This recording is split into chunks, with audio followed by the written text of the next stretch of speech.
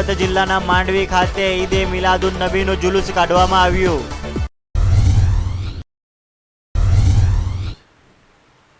હવે સમાચારો વિસ્તારથી। हमारी चैनलના ચીફ એડિટર આકીબભાઈના જણાવ્યા પ્રમાણે સુરત જિલ્લાના માંડવી ખાતે જશ્ને ઈદે મિલાદુન નબીના મોકા ઉપર એક શાનદાર जुलूसનું આયોજન કરવામાં આવ્યું હતું, જેમાં મોટી સંખ્યામાં મદ્રસાના તોલબાઓ અને મુસ્લિમ બિરાદરો जुलूसમાં ઉમટી પડ્યા હતા। જો આ રિપોર્ટમાં।